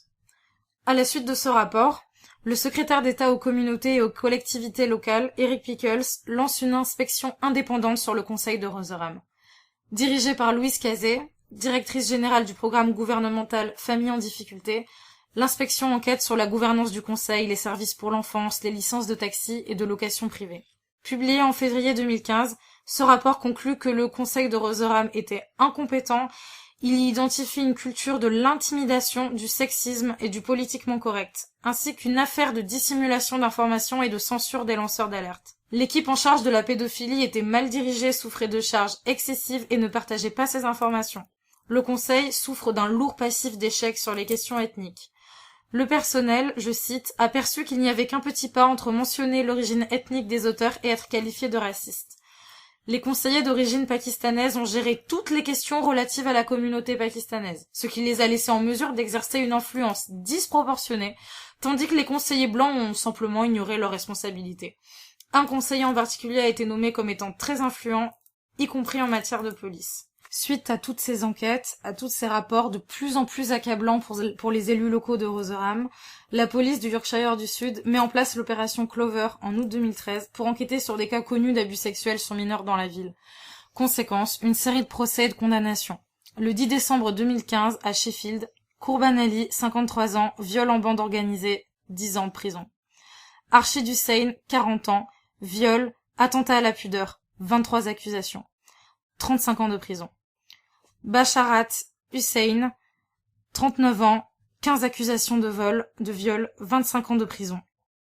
La cour a été informée, à son sujet, qu'il aurait été pris en flagrant délit par la police sans que cette dernière ne l'arrête. Il était avec une victime dans un parking près du poste de police, lorsqu'une voiture s'approche et lui demande ce qu'elle faisait. Il répond « Elle suce juste ma bite, mec ». et la voiture de police est partie. Banaras Hussein, 36 ans, viol, attentat à la pudeur, coups et blessures, 10 charges, 19 ans de prison. Karen McGregor, 58 ans, séquestration, recrutement de prostituées en bande organisée, 13 ans de prison. Shelley Davies, 40 ans, séquestration, recrutement de prostituées en bande organisée, 18 mois de prison avec sursis. Nouveau procès en septembre 2016. Sagir Hussein, 30 ans, 4 viols, attentat à la pudeur, 19 ans de prison. Basharat Hussein, 40 ans, attentat à la pudeur, 7 ans. Ishtiaq Khalik, 33 ans, viol, 3 attentats à la pudeur, 17 ans. Mazoued Malik, 32 ans, viol, séquestration, attentat à la pudeur en bande organisée, 15 ans de prison. Walid Ali, 34 ans, viol, attentat à la pudeur, 13 ans. Asif Ali, 30 ans, viol, 12 ans. Naïm Rafik, 33 ans, attentat à la pudeur en bande organisée, séquestration, 8 ans de prison. Mohamed Ouied, 32 ans, facilitation et incitation au viol, 5 ans de prison. Enfin, dernier procès en janvier 2017. Ont été jugés Basharat Dad, 32 ans, pour viol, attentat à la pudeur et séquestration, il écope de 20 ans de prison. Nasser Dad, 36 ans, pour viol, séquestration, attentat à la pudeur avec un enfant, 14 ans et 6 mois de prison. Tayak Dad, 34 ans, viol, 10 ans de prison. Mohamed Sadiq, 41 ans, relation sexuelle avec un mineur de moins de 13 ans. Il écope de 13 ans de prison. Matlob Hussein, 42 ans, relation sexuelle avec un mineur de moins de 13 ans. Il écope lui aussi de 13 ans de prison. Enfin, Amjad Ali, 36 ans, pour relation sexuelle avec un mineur de moins de 13 ans. Il écope de 11 ans de prison. Vira vous a raconté l'affaire de Rotherham. Je vais à présent me pencher sur l'affaire de Telford, qui présente un grand nombre de similitudes avec celle de Rotherham, et qui a éclaté plus récemment, alors même que beaucoup de Britanniques croyaient au plus jamais ça, plus jamais de Rotherham, plus jamais de Rochdale. En 2010-2012 a été menée à Telford l'opération Calice sur le modèle de celles qui ont été menées à Rotherham et à Rochdale. À l'issue de cette opération, seuls 9 hommes sont condamnés au terme d'une série de procès qui se termine en 2013. Les accusés ont été condamnés pour viol, pour proxénétisme sur mineurs, incitation à la prostitution et trafic sexuel d'êtres humains. Des détails de l'affaire commencent à fuiter dès 2013. Une investigation de la chaîne de télévision Channel 4 révèle que des rapports de police indiquent que des viols collectifs ont eu lieu par des files d'attente d'hommes, tandis que des filles étaient retenues en otage pendant des heures, voire des jours, tout en étant forcées d'écouter les cris de filles dans les autres chambres avec d'autres hommes. Mais quelques années plus tard, un énorme rebondissement se produit. Jusqu'à une période récente, en effet, l'affaire de Telford était considérée comme une affaire de moindre envergure que celle de Rotherham. Mais le dimanche 11 mars 2018, le Sunday Mirror, célèbre tabloïd anglais, publie un dossier explosif de ce qui deviendra le pire scandale pédophile de l'histoire britannique. L'enquête a duré 18 mois et elle révèle que depuis les années 80, environ 1 millier de jeunes filles, pour la plupart blanches, certaines appartenant à la communauté sikh, ont été ciblées par des gangs pédophiles, droguées, battues, prostituées et violées en réunion. Elle révèle également que les services sociaux ont reçu 715 signalements en l'espace de 3 ans, mais n'ont réagi que pour à peine la moitié d'entre eux. Les enfants victimes étaient en effet considérés comme des prostituées par l'administration.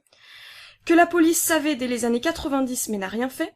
Qu'entre 2017 et 2009, la police a identifié jusqu'à 200 auteurs mais n'a procédé qu'à 7 arrestations seulement.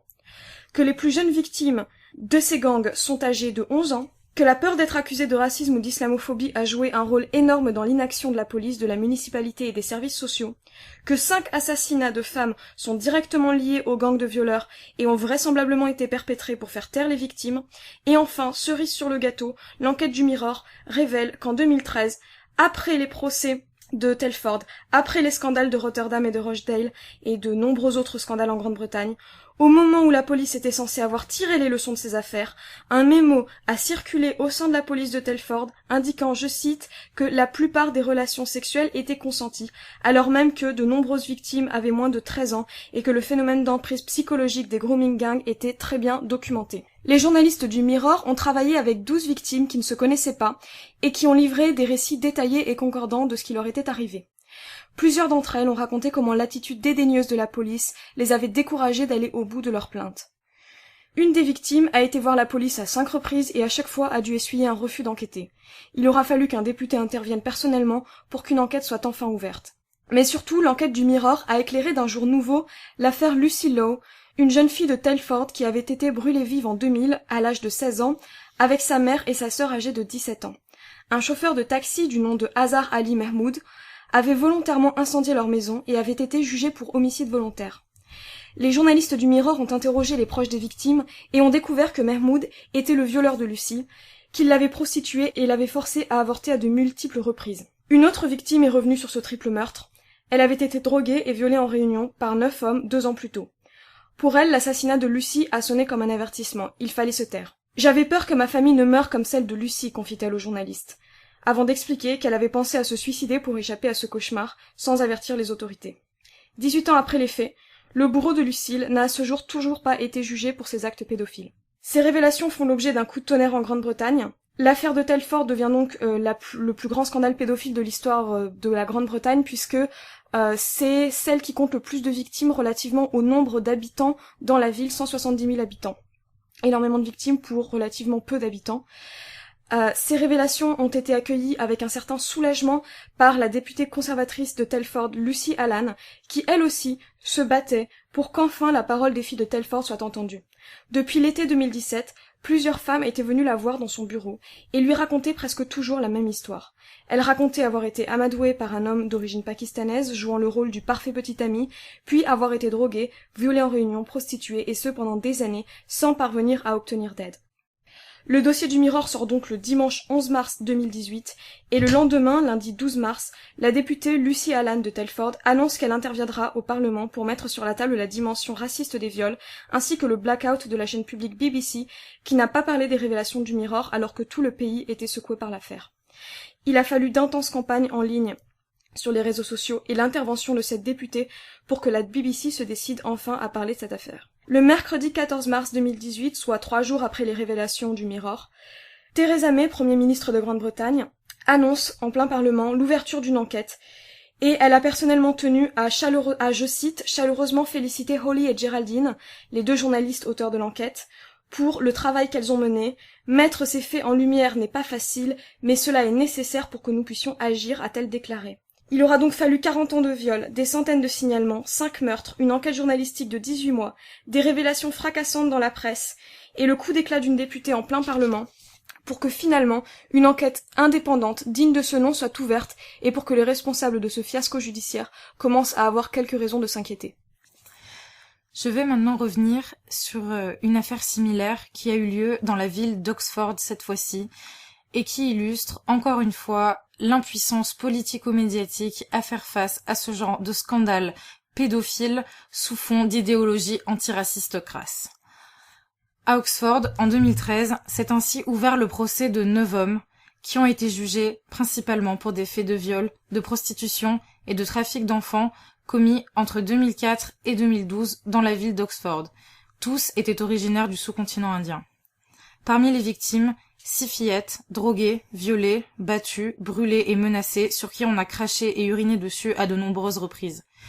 Une victime de 13 ans, notamment, avait été contrainte d'ingérer tellement de crack qu'elle n'arrivait plus à respirer et qu'elle avait dû être transportée de force à l'hôpital.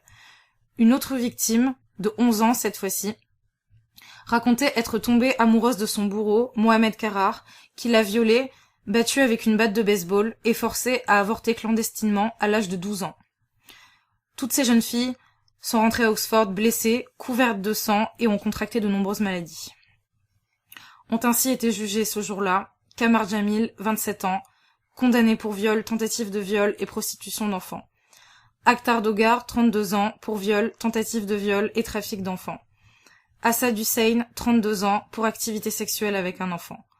Mohamed Carrar, 38 ans, pour tentative de viol, viol, usage d'un outil pour provoquer une fausse couche, trafic d'enfants, activité sexuelle, agression sexuelle avec pénétration sur un enfant, prostitution d'enfants, et parce qu'il leur avait donné de la drogue. Bassam Carrar, 37 ans, viol, prostitution, trafic d'enfants. Zishan Amen, 38 ans, activité sexuelle avec un enfant. Au cours du procès, nous apprenons qu'une des victimes s'était adressée à 2 reprises à la police, mais qu'aucune enquête n'avait été levée. De même, un travailleur social avait refusé de payer les frais de taxi d'une des fillettes de 14 ans après que celle-ci se soit enfuie du lieu où elle était en train de subir un viol en Réunion. Elle y fut reconduite ensuite par le taxi. Joanna Simons, qui fut à cette période, en 2013, à la tête du conseil du comté d'Oxfordshire, et qui était donc au cœur du programme social durant la période des viols de masse, n'a posté, après la révélation de l'affaire, qu'une vidéo de 48 secondes pour s'excuser après le procès avec un ton qui sonnait faux, comme si elle s'excusait pour un retard dans la collecte des ordures. De même, lorsqu'elle fut interviewée à la chaîne BBC Newsnight, elle a réitéré ses excuses, prétendu avoir appris beaucoup de cette affaire et a refusé de démissionner, et ce, avait-elle ajouté, même si toutes les victimes et toutes les familles le lui demanderaient. On comprend bien les raisons qui pouvaient la motiver à ne pas démissionner, sachant que cette femme recevait annuellement 196 000 livres de salaire assortis d'autres bénéfices, ce qui représente 6 fois plus que le salaire moyen au Royaume-Uni, qui est de 27 000 livres, et même beaucoup plus que le Premier ministre, qui reçoit annuellement 150 000 livres. En 2015, le poste de Joanna Simons à la tête du conseil de comité est aboli pour des raisons essentiellement budgétaires. Cela provoque un grabuge en interne, la décision est annulée, elle reçoit 259 000 livres. Et ce n'est pas terminé, vous pourriez penser qu'après cela, un tel personnage n'oserait plus jamais réapparaître en public. Eh bien non, en juillet 2017, c'est l'organisation promouvant le tourisme dans le secteur qui la nomme chef de programme dans un but de promotion de l'attractivité du comté d'Oxfordshire. Quelle ironie. J'aimerais revenir sur le dénominateur commun de ces dizaines d'affaires qui ont agité la Grande-Bretagne depuis la fin des années 2000, à savoir le rôle des tensions raciales, de la haine raciale, dans les viols qui ont été commis par les grooming gangs. Je vais dans un premier temps vous donner des exemples de motivation raciste des viols et du proxénétisme, et dans un second temps, je vous donnerai des exemples précis de la manière dont l'antiracisme a entravé les enquêtes. Concernant les motivations racistes, on a par exemple un exemple dans l'affaire de Rochdale. On peut lire dans la presse britannique que certains membres du gang, lors du procès, ont dit à la cour que les filles étaient consentantes et heureuses d'avoir des rapports sexuels avec eux.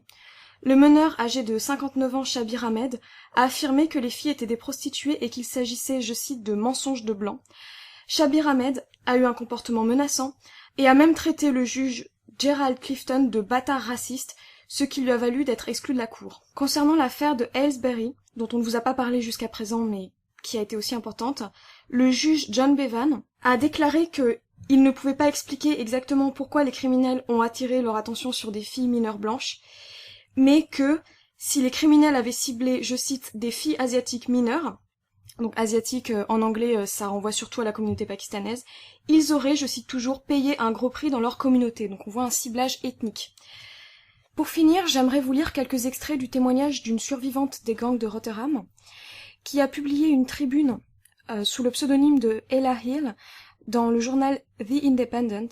Ce témoignage, je l'ai traduit dans sa version intégrale sur mon site Bellica, et ce témoignage porte le titre suivant.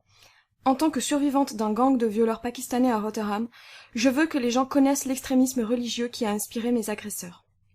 Donc je vous lis des extraits. Ces gangs de violeurs ne sont pas comme des réseaux pédophiles. En fait, ils fonctionnent presque exactement comme des réseaux terroristes, avec à peu près les mêmes stratégies.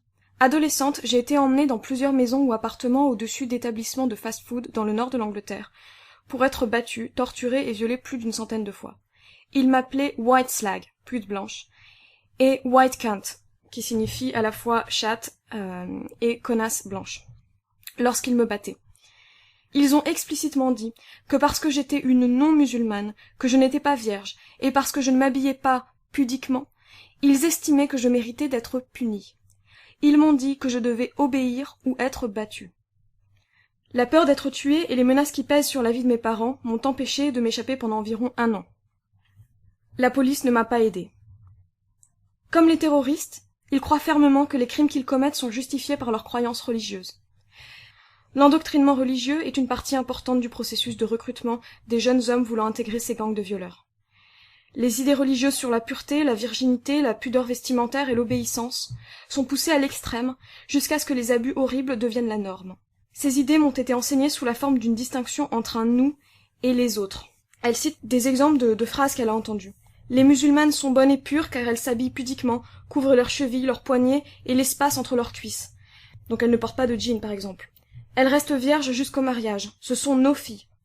Les blanches sont mauvaises, parce que vous, vous habillez comme des putes. Vous montrez les formes de vos corps, laisser visible l'espace entre vos cuisses signifie que vous cherchez le viol, donc vous êtes immorales. Les filles blanches couchent avec des centaines d'hommes, vous êtes les autres filles, vous êtes sans valeur et vous méritez d'être violées collectivement. Cette hypocrisie religieuse haineuse bouleverse profondément les gens.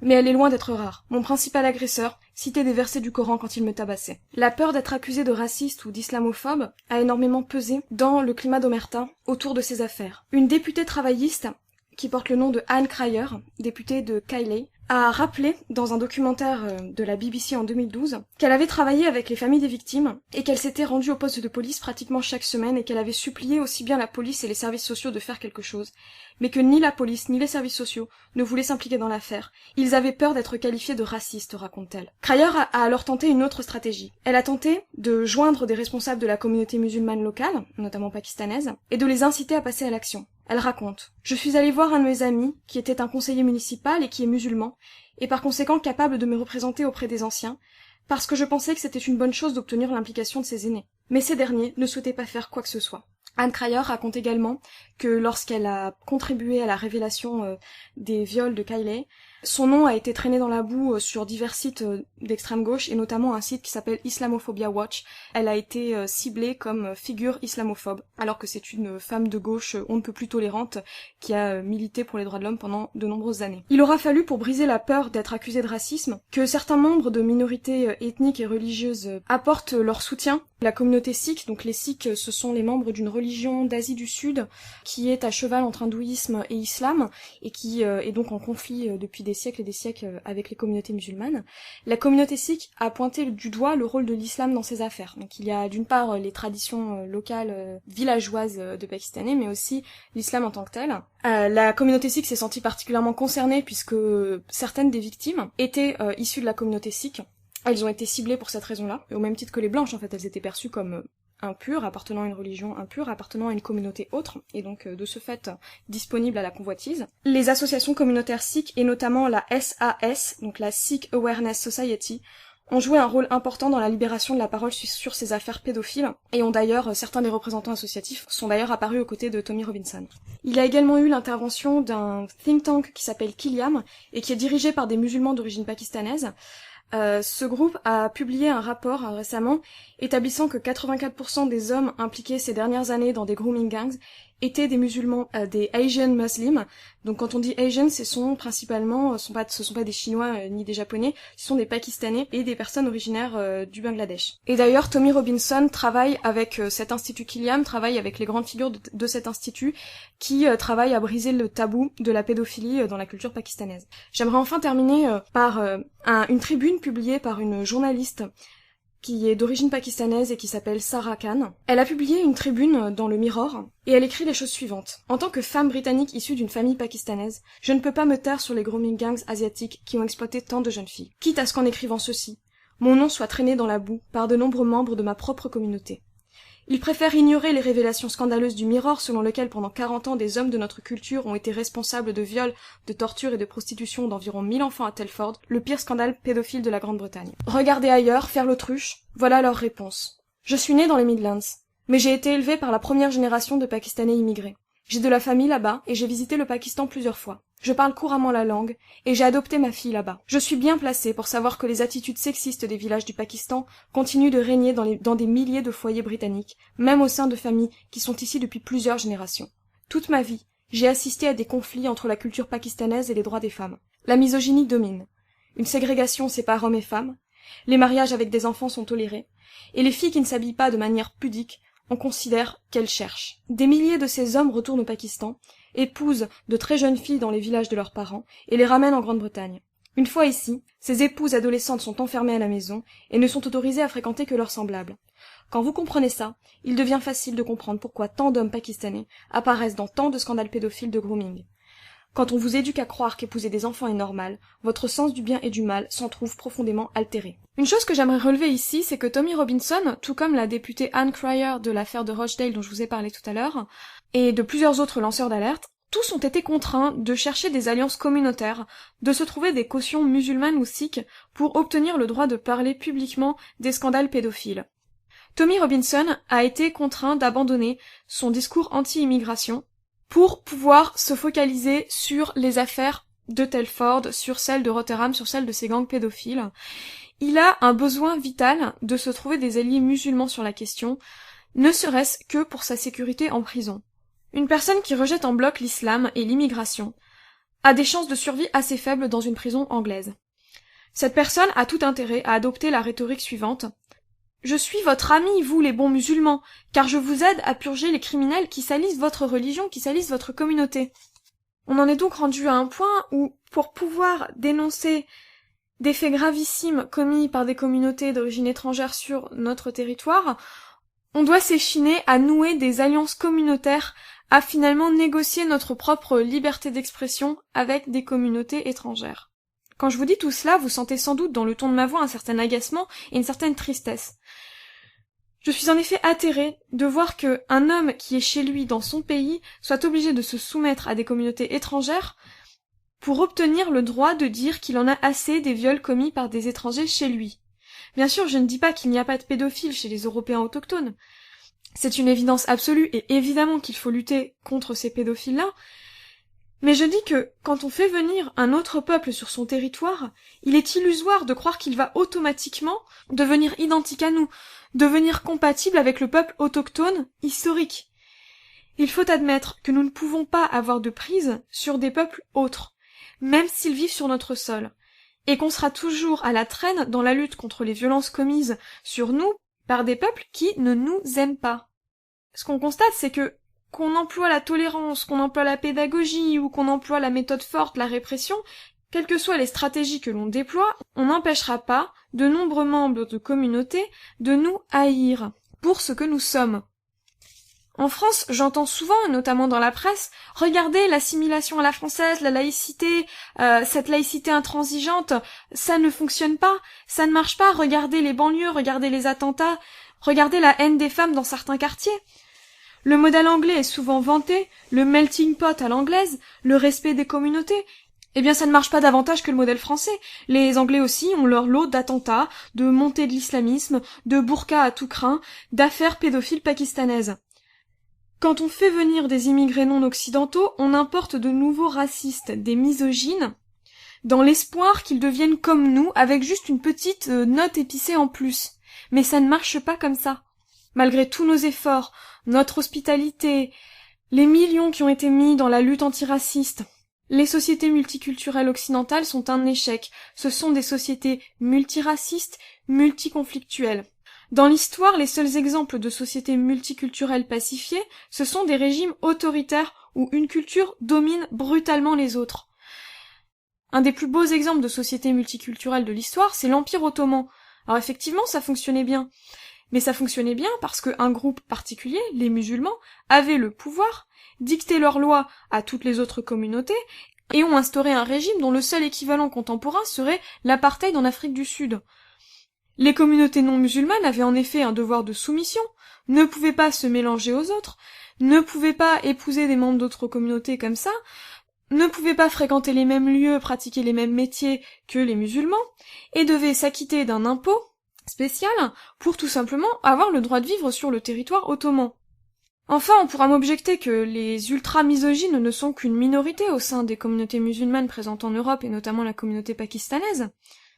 Mais premièrement, ce point est extrêmement discutable. Je vous invite par exemple, on a parlé tout à l'heure de la communauté pakistanaise, mais si on s'intéresse à la communauté turque en France, ce qui est très intéressant, c'est que quand on regarde les résultats des élections turques au sein de la cohorte des électeurs turcs en France, on constate que par exemple Erdogan est largement plébiscité par les communautés turques en France, Erdogan qui est totalement opposé aux libertés des femmes et qui par tous les moyens tente de les restreindre.